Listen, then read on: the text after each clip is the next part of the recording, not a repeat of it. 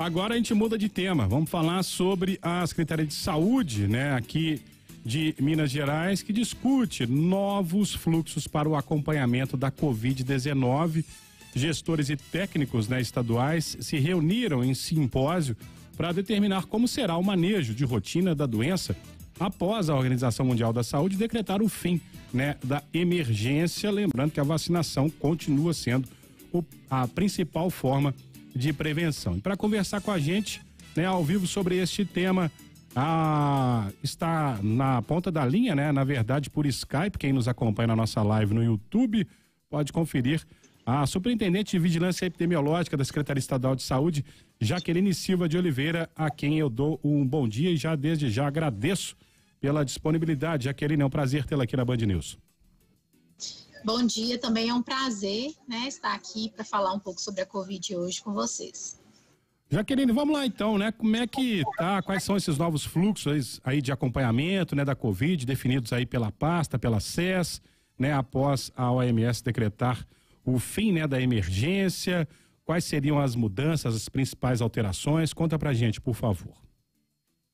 Bom, então, desde que nós tivemos a emergência, né, em saúde pública aqui no estado de Minas Gerais, lá em março de 2020, foi necessário estruturar os processos de trabalho envolvendo as diferentes equipes que, né, respondem pelos diferentes temas, né? Então, hospitalar, laboratório, processamento de dados. Então, isso tudo foi estruturado ao longo dos últimos anos, né? Frequentemente, esses processos de trabalho foram revisados e ajustados. E sempre com a intenção de adequar a nossa resposta ao cenário epidemiológico que foi variando, né, em diferentes momentos.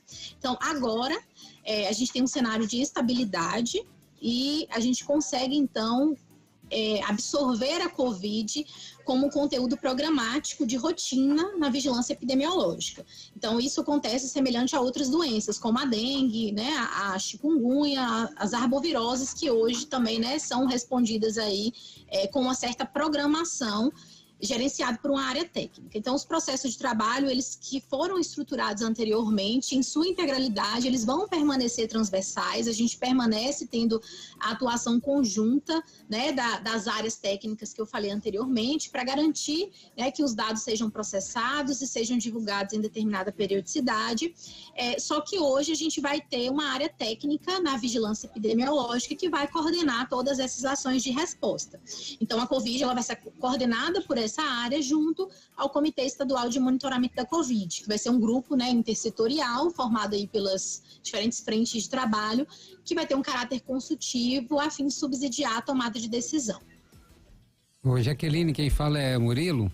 Eu acho que para quem nos escuta, para o ouvinte, até para nós aqui também do estúdio, nós jornalistas, a grande dúvida é o seguinte: uma vez que deixa de ser emergência, a questão, por exemplo, de realização de testes pelo serviço público, as próprias vacinas, tudo isso já tem uma definição como será, já tem um calendário, ou enfim, vai ser só quando a pessoa se adoecer, vai procurar, aí que vai testar, enfim. Acho que há muita dúvida ainda como que vai ser esse calendário, como a gente já conhece o calendário da gripe, você citou aí o da dengue, por exemplo, e tal. Como que vai ser esse da Covid? Já está estabelecido, o Ministério da Saúde já passou essas diretrizes, o próprio Estado já se organizou nessa forma para saber como vai ser esse calendário? Em relação à testagem, né, eu acho que eu vou começar pela testagem, a gente já tem um protocolo muito bem definido.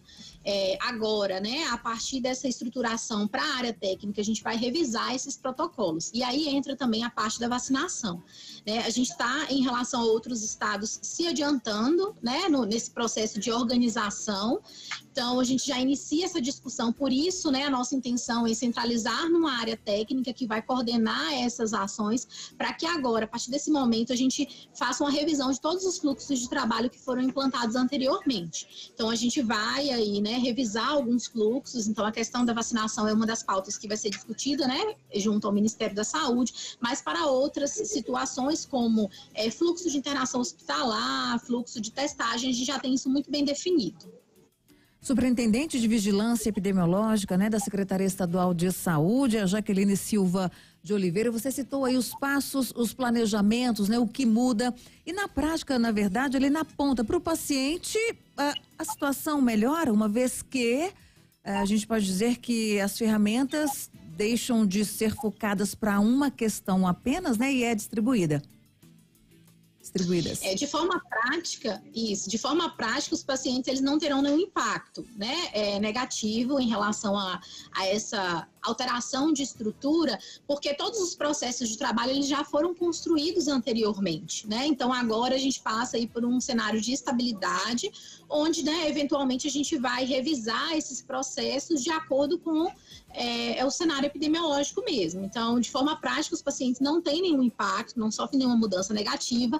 Na verdade, a gente está fazendo uma reestruturação dos fluxos de trabalho interno. Então, é mais uma questão de gestão mesmo e operacionalização junto às equipes de saúde.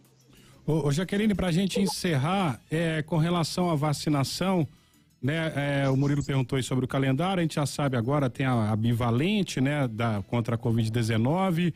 É importante a gente destacar, né, para o ouvinte, para quem está nos escutando, que a vacinação continua, né, e a previsão desse calendário aí já oficial por parte do Ministério da Saúde, né, campanhas anuais, já há algum tipo de definição sobre isso, e é importante destacar que a vacinação continua, né, sendo disponibilizada pelo poder público, né, para quem precisar e ainda não tiver tomado todas as doses, né, ir lá e tomar e atualizar, né, o cartão de vacina. Conta um pouco sobre essa parte da vacinação para a gente encerrar. Exatamente. Então, é muito importante reforçar, né, que a vacina ela continua sendo disponibilizada.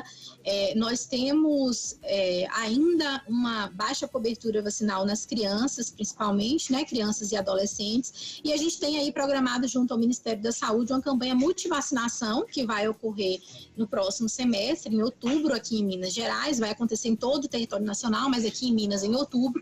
E é uma oportunidade, então, da gente mobilizar, né, a população para atualizar a sua situação vacinal para Covid, mas não só para Covid, né, para outras doenças imunopreveníveis também. Então, a gente reforça essa importância de vacinação e a gente segue aí junto ao Ministério na estruturação de um fluxo, né, com relação à rotina de imunização de Covid.